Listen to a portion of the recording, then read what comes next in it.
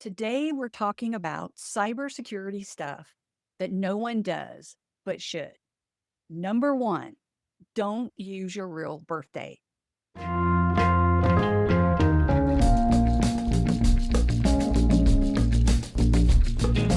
Now, I like to have people say happy birthday on Facebook.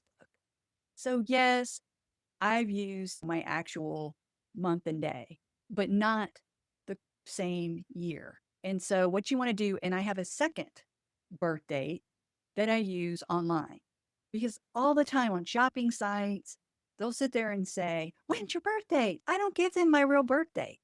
I give them the fake one. It's one that I use, but I know if somebody gets their hands on it, they can't open up a credit card account. I use a fake birth date that's close enough to remember, and I don't do multiple ones just in case I ever get asked it again, which, by the way, I never have. Now, sometimes you actually have to give them your real birthday. For example, your medical insurance and at your doctor's office. And that's fine. That's really the only time I will actually give my real birthday. And LinkedIn, don't put your birthday. Instagram, don't put your birthday, so on. If somebody gets my Facebook birthday, they can't go open up an account. Still using your real birthday everywhere? Type birthday in the comments. And remember to swap it out safely. Okay, second cybersecurity tip that no one does but should. Don't use your browser's password manager or Apple OS. Now, yes, Chrome now has a built-in password manager. And, Firefox, Brave, that's great. Hackers really love you because browsers are easily hackable. The other thing is, if somebody gets access to your computer or your phone, they now have access to all of your passwords. There's not a separate login and there's not two-factor authentication. So, do not use your browser's password manager. Instead, use a separate password manager. I recommend Bitwarden. It's free for personal use. You can set up two-factor authentication on it, and you have the choice. You can have it just on your phone and just on your laptop or desktop, not even in the cloud.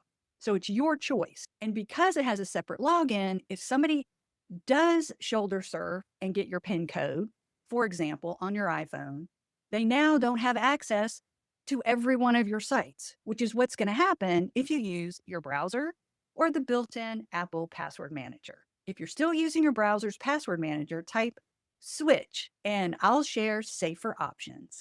Okay, for the number 3, cybersecurity stuff no one does, but should. Use passkeys and in a separate password manager. Don't use it in your browser. Don't use the Apple password manager. Use a separate one. I recommend Bitwarden. And the reason why is so the passkey is better than a password because now you have this cryptographic key that is used in place of your password. And you're not going to be able to log in unless you have that passkey. Now you want to have that passkey stored in a separate password manager, such as Bitwarden. And the password manager needs to have two-factor authentication. Because again, if your phone is shoulder surfed, they will have access to all of your accounts. Number 4, cybersecurity stuff no one does but should. Stop using the same username on every single site. Okay, so first off, I have different email addresses. I have like my high security ones, for example, for my bank account. And then I have one that, I'll use on a reward site or shopping site. But a lot of sites will allow you to create a unique username, something completely different than an email address. And in that case, that's what you need to do. So not only do you have a unique password for every site, but you also have a unique username. And I recommend using a password manager such as Bitwarden, which is free, and you can have it just local, not even have it on the web, or you can also have it in the cloud.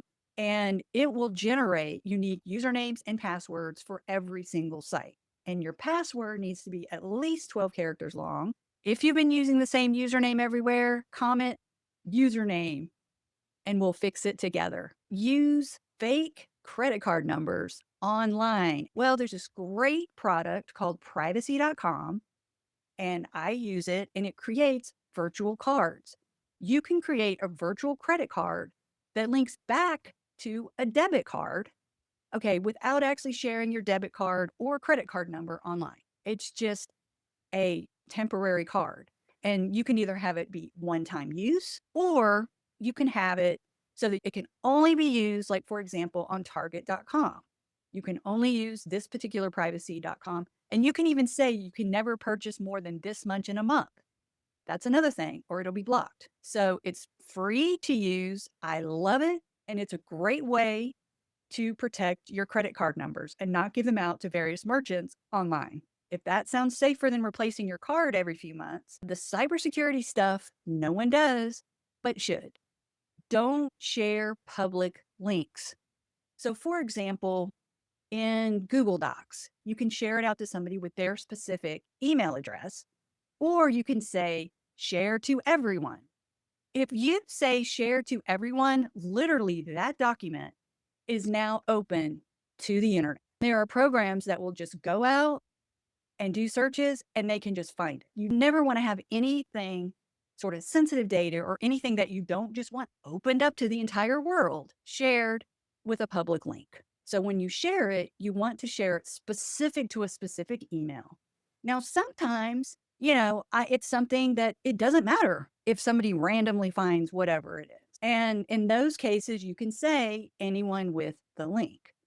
But 9 times out of 10, whatever it is I'm sharing, I don't want it just to be public on the internet where everyone in the world can see it. Don't share public links. Drop links in the comments if you want me to do a full episode just on link safety. And finally, number 7 of cybersecurity stuff no one does but should. Are you using your work email on LinkedIn? Stop now.